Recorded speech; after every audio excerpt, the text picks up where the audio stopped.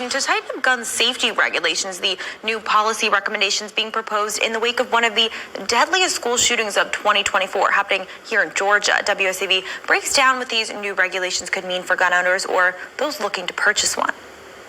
With state lawmakers returning to the Capitol come January, many are already working on recommendations for new legislation, including safe storage gun laws. The issue front of mind for many with the Appalachia High School shooting happening in North Georgia only a few months ago. Colin Gray, the father of the shooter, is accused of ignoring his son's warning signs and purchasing the firearm used in the incident. We need legislation as it relates to civil penalties, as well as not just a particular parent, but there's other people in this particular ecosystem that may have failed this child. The Georgia Senate Study Committee on Safe Firearm Storage is a result of a resolution passed in the State House last March. It created a bipartisan committee to examine state laws related to firearm storage and whether they should be changed. I didn't know when I had my very first meeting that we would have one of the worst mass shootings in Georgia at one of our high schools. I did not know that.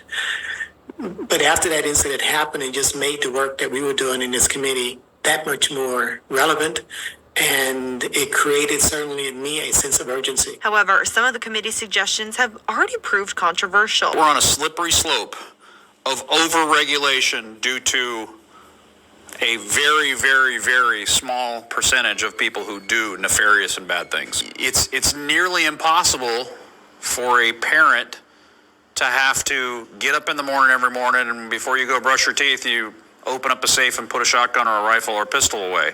Or before you go to bed, you open it up so it's readily available. Members in the community is concerned about not having quick access to these type devices. So with current technology, with biometrics, fingerprints that are used to open these type devices, those kind of arguments are null and void anymore. Other recommendations from the committee include a 10-day waiting period for purchasing assault weapons, increased monitoring systems in schools, and possible penalties for leaving guns in unlocked cars, something the city of Savannah has already implemented. We need more cities like Savannah that's going to stand up and say, if you're going to have these weapons, then you're going to be required to store them safely. If you're not, then there are going to be some consequences if you don't.